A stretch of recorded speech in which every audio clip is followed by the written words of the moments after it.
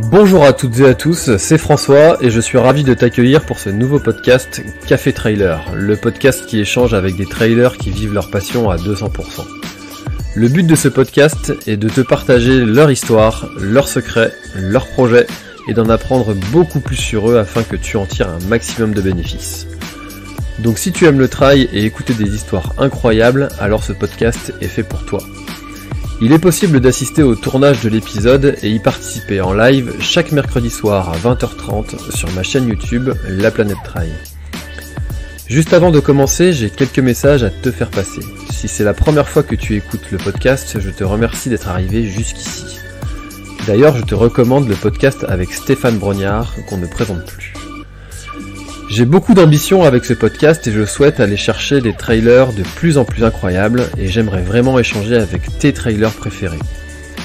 Sache que l'un des meilleurs moyens pour de les convaincre de participer, c'est notamment de leur montrer que vous êtes nombreux à adorer le podcast sur les réseaux sociaux et sur les notes iTunes. Donc si ce n'est pas encore fait, tu peux aller mettre une note sur Apple Podcast ou iTunes, c'est vraiment ce qui m'aide le plus à inciter des trailers connus à venir témoigner. Si tu écoutes plutôt sur Spotify, tu peux très facilement le partager en story sur Instagram, tag-moi et je te repartagerai. J'en profite donc pour rappeler le nom de mon compte Instagram, c'est @laplanètetrail, suis-le et tu y retrouveras entre autres les coulisses du podcast. C'est aussi un excellent moyen de me faire tes retours et de me suggérer des invités. Enfin, j'ai aussi écrit un livre, Comment choisir ses chaussures de trail, que tu peux télécharger gratuitement sur mon site planettrail.com dans l'espace boutique. Maintenant, place à mon invité du jour. Tac, bonsoir à tous, bonsoir Stéphane, merci beaucoup d'avoir accepté cette invitation. C'est vraiment un très grand plaisir pour moi de te recevoir ici. J'aimerais bien que tu te présentes pour les personnes qui ne te connaissent pas. Me présenter, je vais déjà dire que mon nom et mon prénom, ça va. Stéphane Brognard, c'est pas très compliqué. Je suis vosgien et ça, je le revendique avant toute autre forme d'identité. Je suis vosgien et fier de l'être. Je suis plutôt connu et reconnu dans le monde de l'ultra-trail. Il est vrai que là, depuis 2, 3, 4 ans maintenant, bientôt, je ne fais plus que du trail, mais je diverge aussi vers d'autres aventures. Ça a été un tour des Vosges en ski-roue, ça m'a pour à peu près 400 bornes. J'ai traversé une partie de la Méditerranée en kayak. Là récemment, je viens de traverser l'Atlantique à la rame. Et puis voilà, sinon c'est derrière moi 15 années de trail avec toute une démarche très personnelle, très sportive au début et après très personnelle. À partir de 2009, j'ai connu des apogées avec des places d'honneur, entre guillemets, qui ont aussi validé une méthode que je me suis mise personnellement en place. Et puis voilà, depuis 2015, je suis aussi préparateur mental pour sportifs de haut niveau, mais aussi conférencier. Et j'associe aussi mon expérience d'ultra-trailer, de préparateur mental pour sportifs, de conférencier, au service aussi de beaucoup d'entreprises, qui est une grande partie de mon temps est aussi dédiée à monsieur et madame tout le monde dans leurs activités quotidiennes, à des cuisiniers, des musiciens, des danseurs et des chefs d'entreprise. Voilà, je suis un peu peut-être multicarte, mais non, en fait, toujours basé sur l'accompagnement qui est lié à mon activité physique, à mes aventures, et beaucoup lié à la préparation mentale, oui, parce que c'est pour moi l'unique et seul moteur qui m'ont permis de pouvoir un jour de faire top 10 à l'UTMB ou un top 10 à la TDS, par exemple, en trail, mais aussi de pouvoir tenir 72 jours dans un bateau pour traverser l'Atlantique. Ouais. Alors merci pour cette présentation très complète. Alors j'aurais 8000 questions à te poser, rien que dans la présentation que tu viens de nous faire. Mais du coup, je vais commencer par appuyer un point que tu viens d'évoquer, notamment concernant la préparation mentale, parce que étant aussi préparateur mental, forcément, je suis d'accord avec ce que tu vas dire. Et la préparation mentale est souvent mise un petit peu au second plan, ou du moins dans la tête des gens, est mise à l'honneur pour les élites. Bon, on a l'impression que c'est finalement secondaire, ou du moins que c'est juste pour performer. Et qu'est-ce que toi, tu aurais à dire aux personnes qui ne sont pas encore initiées à la préparation mentale ou qui pensent que ce n'est pas fait pour eux? Alors, la préparation mentale, que ce soit pour monsieur ou madame tout le monde, mais la préparation mentale, en fait, c'est un élément qui est présent dans la tête de tout le monde du moment où ils ont mis les pieds sur terre et jusqu'au moment où ils vont la quitter. Et elle n'est pas du tout valable que pour les sportifs de haut niveau. Elle est valable au quotidien. Et tout à chacun, quand on commence à leur dire, est-ce que tu es exclusivement concentré à ce que tu es en train de faire, qu'il n'y a pas une partie de ton cerveau qui est un peu ailleurs, et que tu te rends compte que ce que tu es en train de faire au quotidien, dans ton travail, dans tes activités de loisirs, tu te rends compte que tu n'es pas aussi performant que tu pourrais l'être si tu avais toute ton attention à ce que tu es en train de faire. À 100% des réponses vont être oui, c'est vrai que quelquefois, pendant que je suis en train de conduire, j'ai un peu la tête ailleurs et j'ai eu un accident ou je sais pas quoi, ou tiens, je suis en train de réaliser une recette, mais en même temps, je fais les devoirs à mes enfants et j'ai raté la moitié de ma recette de cuisine. Enfin, je te dis n'importe quoi, mais et c'est véritable aussi pour un sportif et encore plus pour un sportif de haut niveau peut-être, parce qu'il a peut-être moins de marge d'erreur. En tout cas, ça pourrait être une faute professionnelle de ne pas être à son potentiel théorique. Et ça, c'est la base même de la préparation mentale. Ça veut dire être capable d'être le plus optimum possible à ce que l'on est en train de faire, à la tâche qu'on est en train de réaliser. Et ben, vouloir en être le plus proche possible, c'est peut-être éliminer des pensées parasites.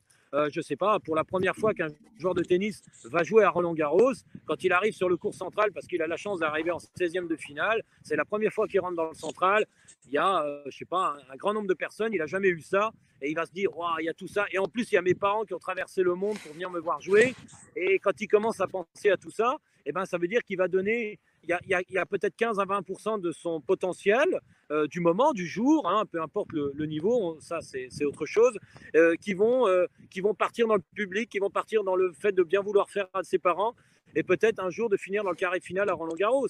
Et quand il pense à ça, et ben voilà 20% qu'il ne peut pas mettre à son jeu tennistique.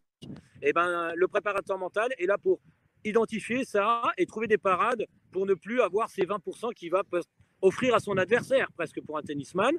Et quelque part, ben voilà, le job du préparateur mental, c'est la base. Et moi, je rajoute toujours en entretien préliminaire, en préparation mentale pour tous les athlètes, quand vulgairement, des fois, le gars au bistrot va te dire, mais pourquoi tu vas courir, je sais pas, 50, 60, 160 km pour revenir en plus au même endroit, généralement, c'est complètement crétin. Et pourquoi tu fais ça? Si on n'est pas capable de lui répondre en une demi-seconde, une phrase claire, nette, précise, de la raison principale pourquoi on fait ça, généralement, je suis à peu près sûr que les athlètes ont une pratique qui n'est pas totalement en adéquation avec eux-mêmes. En tout cas, qui n'est pas au service d'eux-mêmes, qui n'est pas totalement au service presque d'une cause noble personnelle, qui te pousse à vouloir réaliser ça quasiment en jouant ta vie à chaque fois. Ça, c'est pas valable que pour un sportif de haut niveau, c'est valable pour tout à chacun. Ça veut dire donner du sens pleinement, mais au plus profond de soi-même à ce que l'on est en train de faire. C'est aussi une manière de pouvoir l'expliquer à sa famille, de l'expliquer à ses amis, qui auront peut-être une autre compréhension et qui seront capables même d'aider ou d'arriver en secours parce qu'ils auront totalement compris la démarche. Parce que bien souvent, ce qui couac chez le sportif amateur, sportif professionnel, c'est différent, c'est son job, c'est le temps qu'il va sacrifier à sa famille, le temps qu'il va sacrifier sur son travail, le temps qu'il va sacrifier sur des travaux à la maison, enfin, j'en sais rien, des tas de choses qui peuvent lui être reprochées parce qu'il n'est pas lui-même capable de pouvoir l'expliquer par une phrase simple. Donc même le sportif amateur et la quarantaine d'athlètes que j'accompagne en trail ou en triathlon ou en course sur route, c'est la principale chose que je leur demande. Pourquoi tu fais ça? S'ils n'ont pas une phrase claire, nette, précise à me répondre, je dis, écoute, on va déjà travailler là-dessus avant de travailler la VMA, quoi. Mais ça me semblera beaucoup plus important.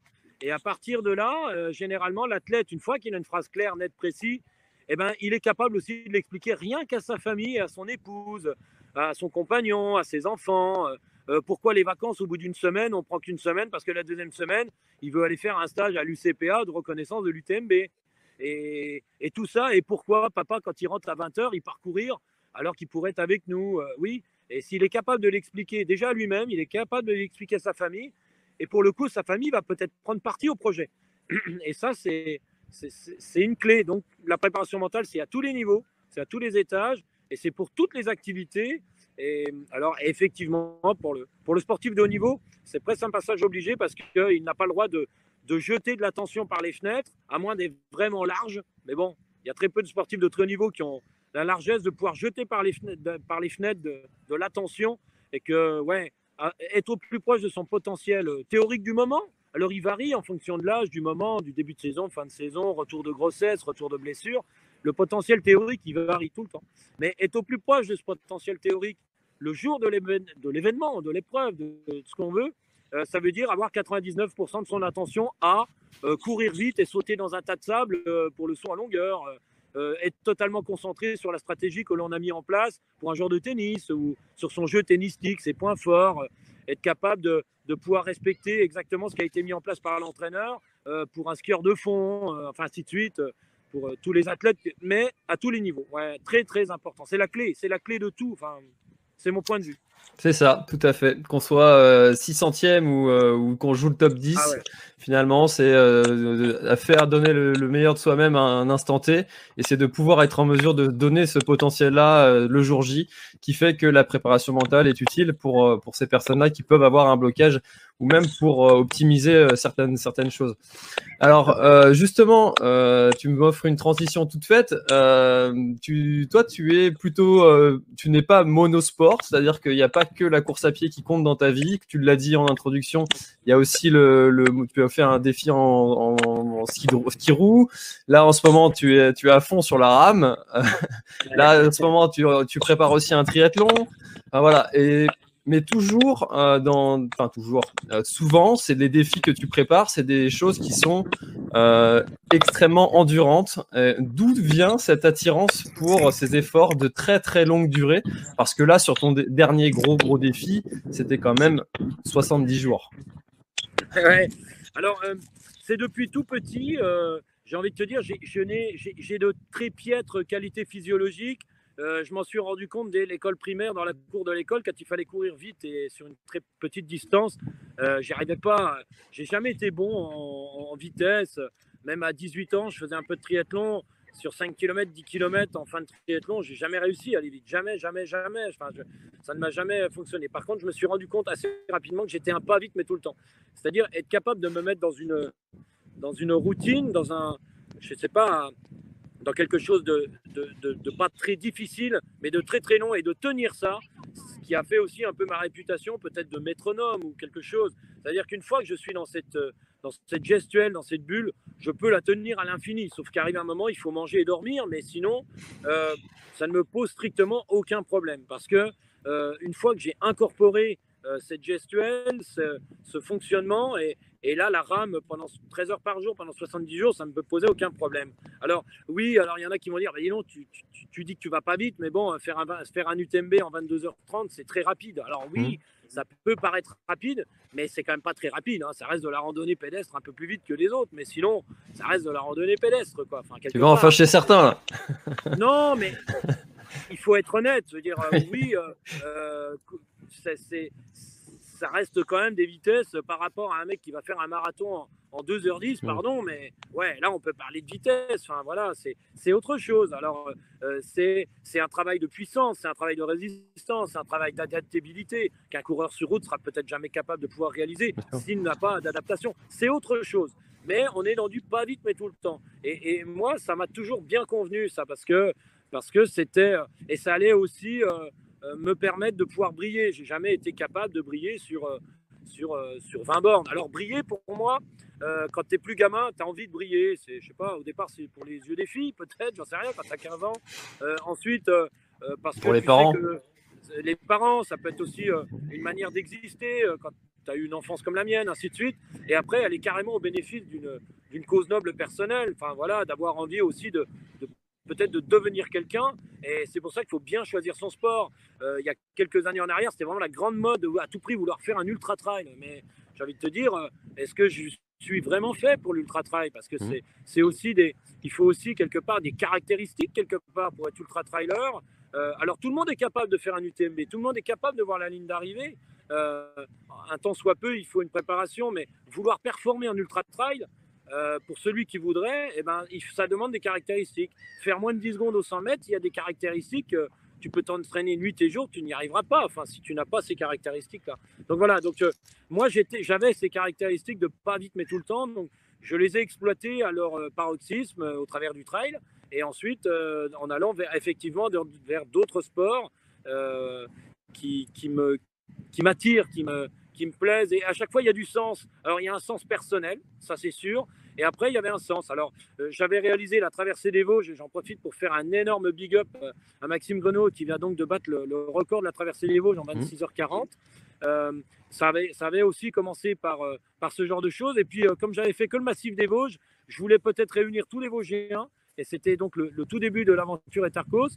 Et donc, je me suis dit, bah, tiens, vouloir réaliser un sport que je ne connais pas plus que ça, hormis le fait que je skie beaucoup l'hiver, c'était de faire tout le tour du département des Vosges en ski roue.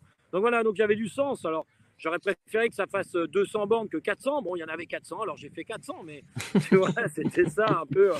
Ensuite, j'ai voulu rejoindre la Corse pour aller faire un coucou à Guillaume Peretti, Denis Gargaud, champion olympique, et qui était le fer de lance de la marque Mulbar, est habité Marseille. Donc j'ai dit, bah, je vais faire Marseille, Corse, bah, je vais le faire en kayak. Voilà, bon, ainsi de suite. Et ça part toujours un peu de ce genre de choses. La traversée de l'Atlantique, entre guillemets, elle est née à peu près pareil. Et le Pacifique qui arrive, c'est pareil. Mais toujours des filières aérobie, oui, ça c'est sûr. Ouais.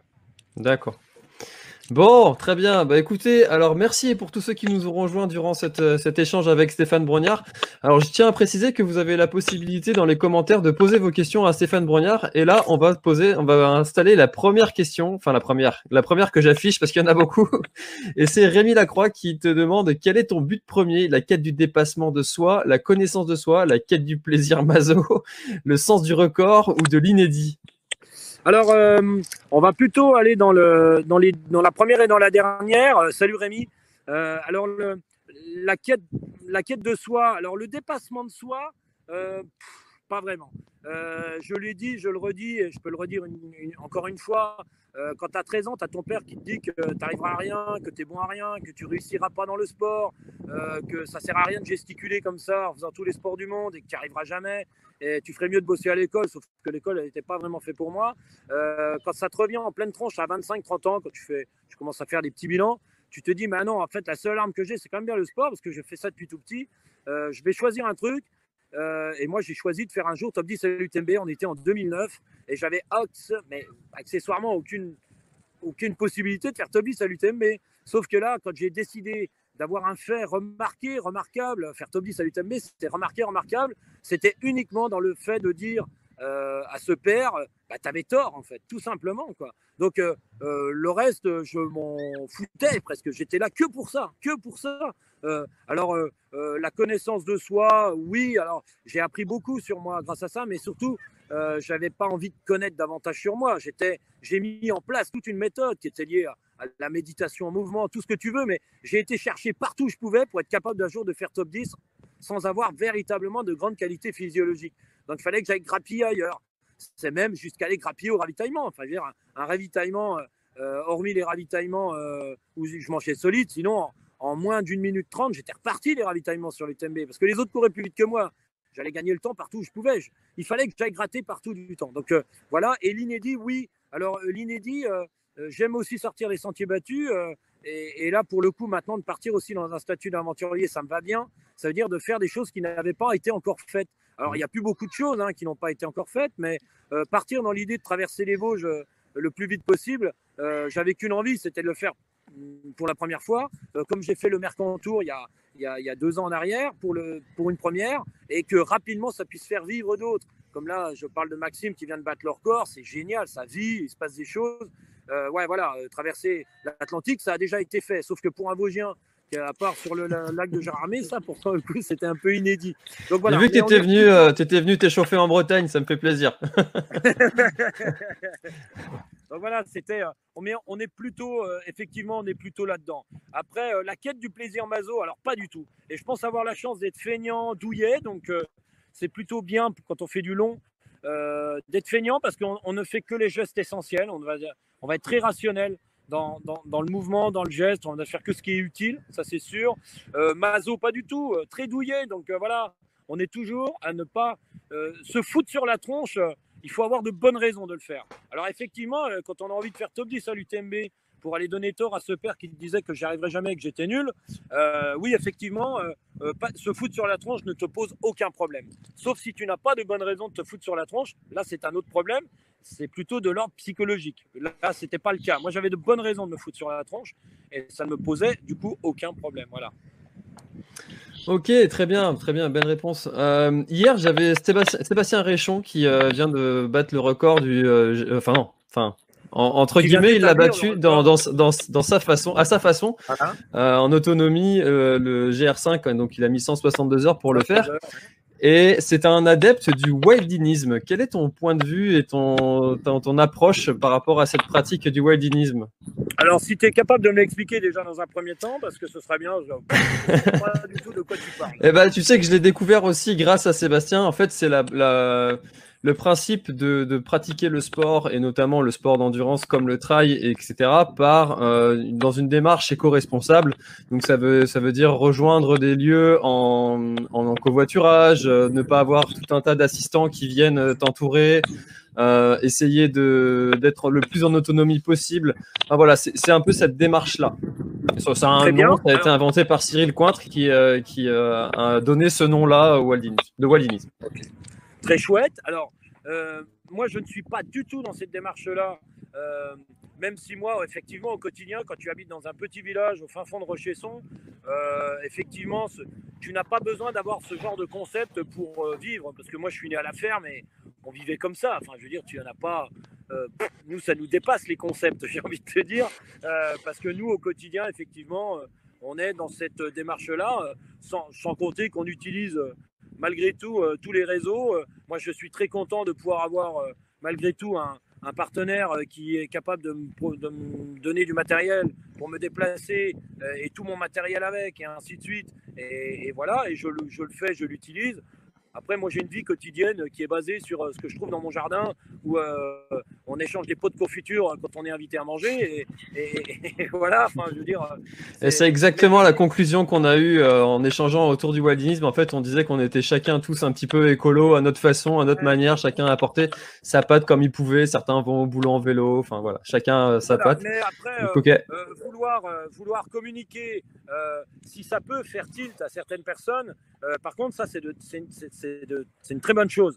C'est vrai que moi, entre guillemets, ça ne me viendrait pas à l'esprit parce que ma vie quotidienne est déjà ce mode de vie. Enfin, voilà, moi, je préfère aller couper mon bois que d'aller dans une salle de sport. Enfin, voilà, qu'est-ce que je te dis, c'est comme ça dans les Vosges. Mais effectivement, par contre, ce genre de démarche, et qu'elle soit médiatisée comme il a pu le faire, ça peut donner aussi peut-être une étincelle à certaines personnes. Comme moi, dans ma pratique, sur certaines choses, j'ai pu donner une étincelle. Et comme d'autres qui sont un peu médiatisés, donnent des étincelles, chacun à leur échelle, avec leurs armes, ou chacun à son niveau. Le fait qu'ils donnent une étincelle, qui donne une ouverture d'esprit à certaines personnes, c'est juste parfait, c'est top. On n'y a absolument rien à dire là-dessus. Ouais. Non, mais c'est vrai que toute cette actualité autour avec le Covid, etc., ça a donné énormément d'envie aux gens de faire des choses différentes, comme ils avaient plus rien à se mettre sous la dent. Bah, du coup, ils ont été bien chauds à se faire des défis. J'en ai fait partie de ces gens-là. Ouais, je sais. Bravo d'ailleurs. Avec plaisir.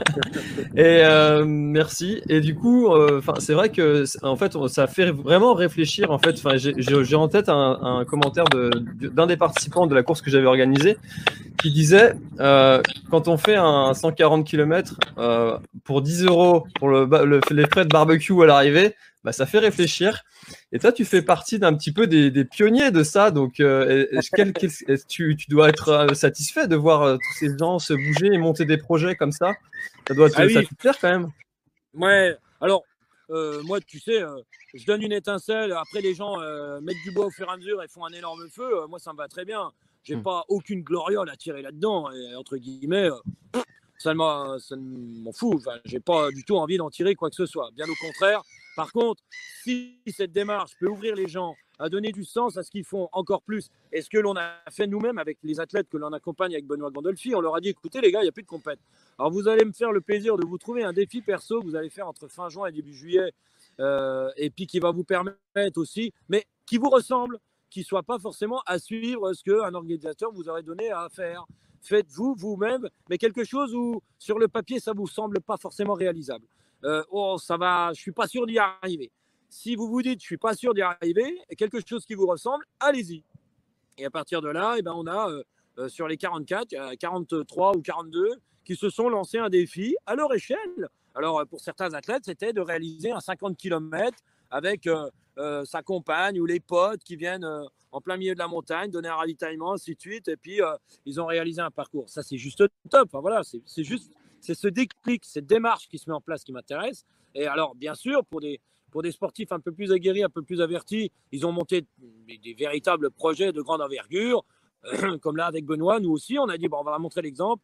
2 mois après ma traversée de l'Atlantique, on s'est donné le défi de faire 10 montées très remarquables dans le massif des Vosges, d'aller les rejoindre de l'une à l'autre à vélo. Et quelque part, c'était presque aussi que de le faire en voiture. Bon, on les a fait en vélo. Bon, ça nous a pris 47 heures.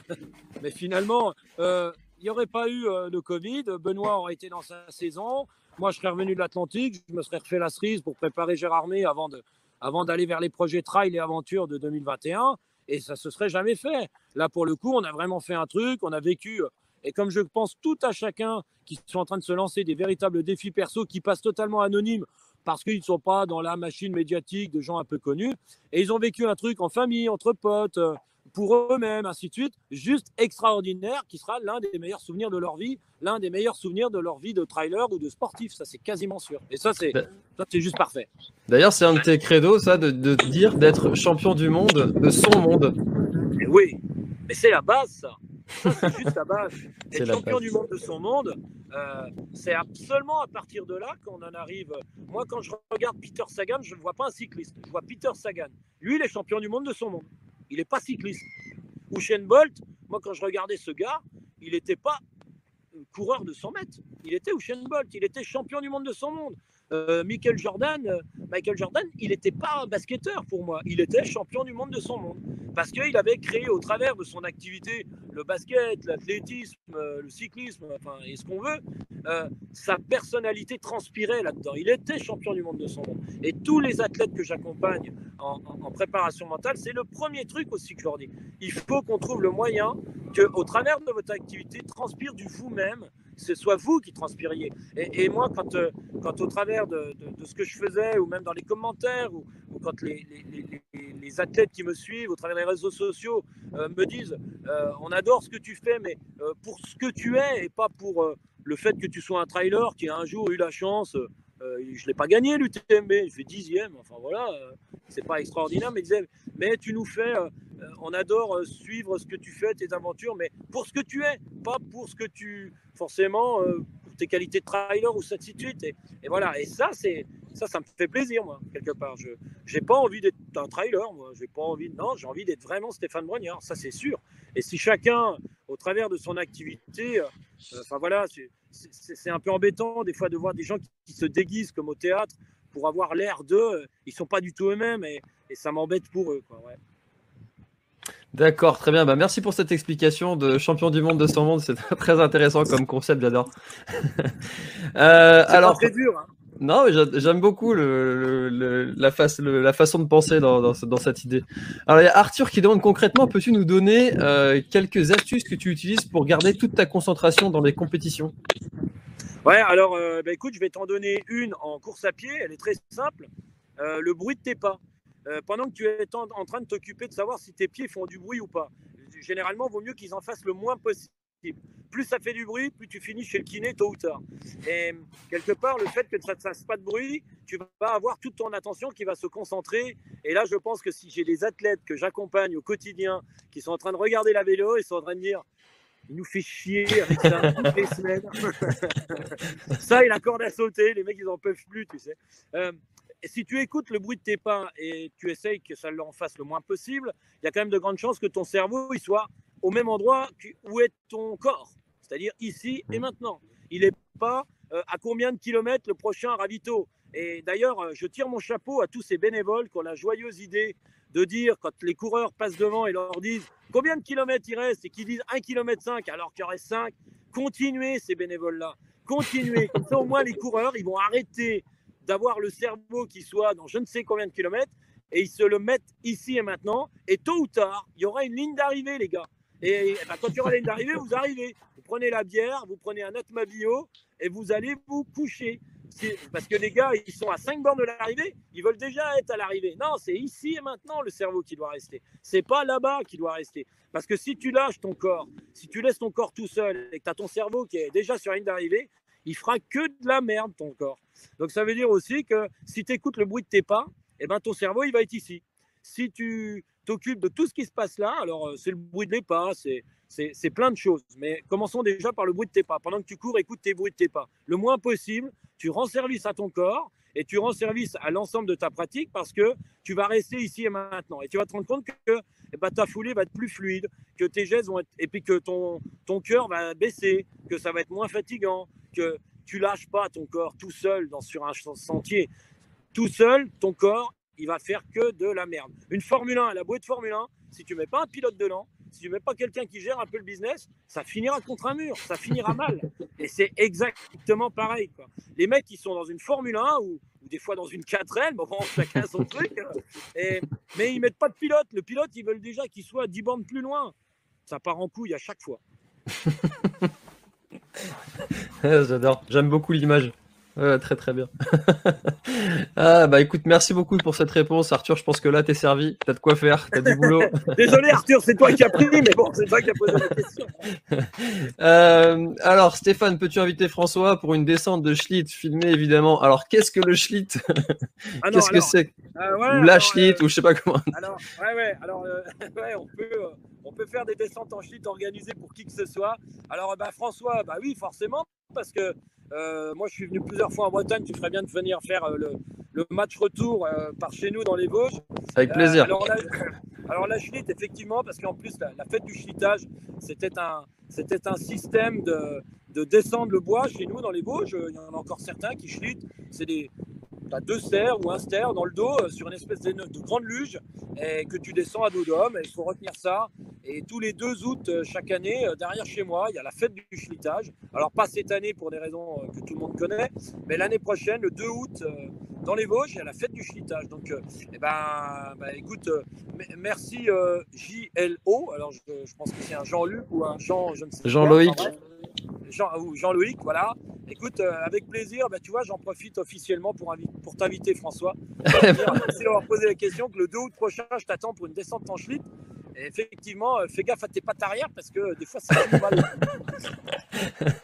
Avec plaisir, on va s'organiser ça. Voilà. Bon, écoute, on arrive à la fin de cette petite demi-heure déjà. Si tu veux qu'on en reprend une dernière et après. Allez. J'aimerais juste que tu nous parles du coup de ton projet Etarkos et de d'où t'es venue cette idée, qu'est-ce que c'est exactement et comment tu prépares tout ça. Allez. Alors Etarkos est né donc il y a 3 ans. Après ma 3e diagonale des fous, je sentais que j'arrivais un peu zone de confort, ou en tout cas, je n'étais plus dans la recherche forcément développement dans trail, et je me suis dit, est-ce que c'est pas l'occasion, le moment de se refixer un impossible? Et comme ça, quand tu t'es fixé un impossible, tu le dis à tout le monde, tu es coincé, tu es obligé de le faire. Je me suis fixé l'idée de vouloir traverser le Pacifique à la rame.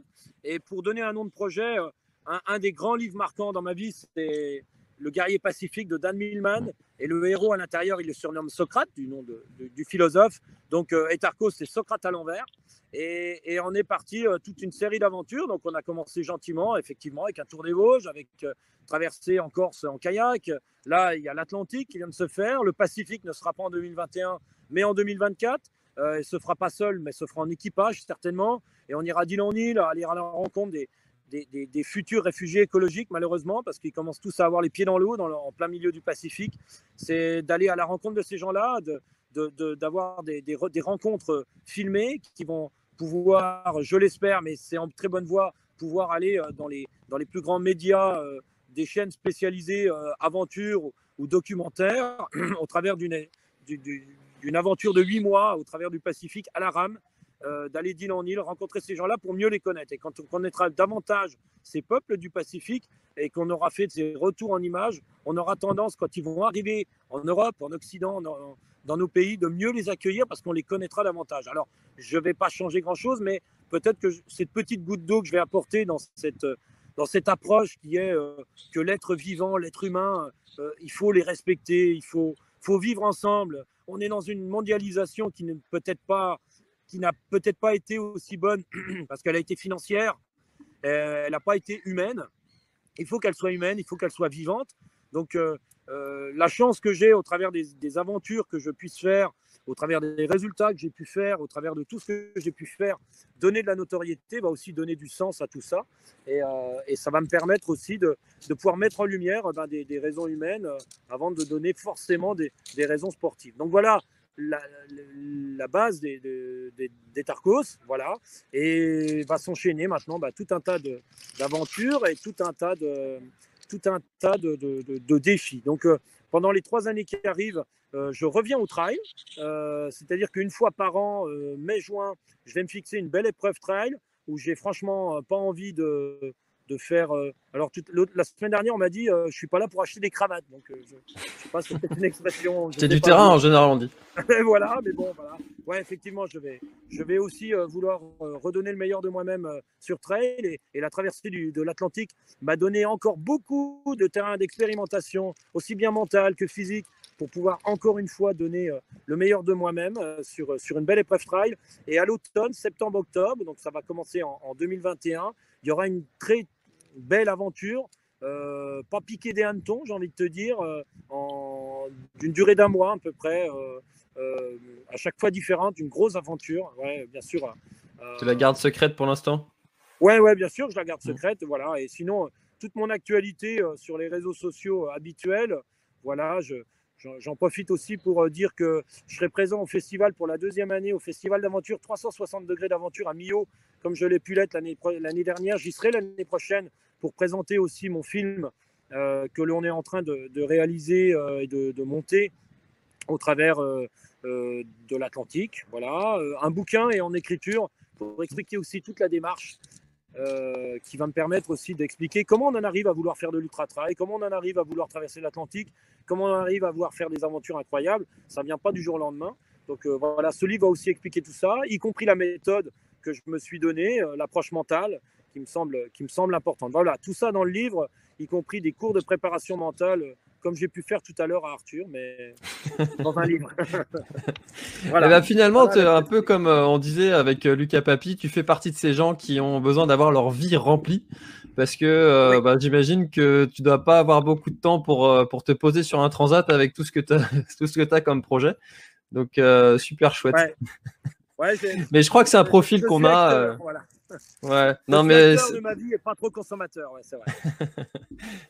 Bon, très bien. Merci beaucoup Stéphane. Si cet échange vous a plu et que vous en voulez encore, dites-le nous dans les commentaires, parce que je vois qu'il y a eu beaucoup de questions. Je suis vraiment désolé, on peut pas répondre à tout le monde. Remettre une deuxième partie la semaine prochaine, y a aucun problème. Alors, juste pour les auditeurs et tous ceux qui sont en ligne, je ne sais pas si vous voyez la tronche du papier peint qu'il y a derrière François, c'est quand même de très haut niveau. Alors moi, je vous propose autre chose. T'es vache de t'y mettre parce que je me fais tellement charrier avec ce papier peint. Alors moi, je vais vous proposer un décor plutôt créatif et surprenant pour conclure ça. Peut-être tout le monde a l'habitude de me voir dans des décors de sapin et compagnie. Alors là, c'est différent. Ah ouais. Va falloir que j'achète un fond vert là, c'est pas possible. Moi, en ce moment, c'est la Méditerranée. Voilà, je suis en vacances à Beaulieu pour rendre visite aussi à quelqu'un qui m'a beaucoup aidé dans la traversée de l'Atlantique, du côté de Beaulieu. Et voilà. Et demain, c'est Col du Tirigny en vélo. J'en profite aussi en étant dans le coin pour bouffer les kilomètres et traverser et préparer le triathlon XL de Gérard May. Voilà. En tout cas, merci à tous les auditeurs. Et s'il faut remettre le match retour la semaine prochaine, j'aurai un peu plus de temps et s'il faut tenir 1 heure ou 1 heure et demie la semaine prochaine dans les Vosges, dans le bureau, ce sera avec grand plaisir.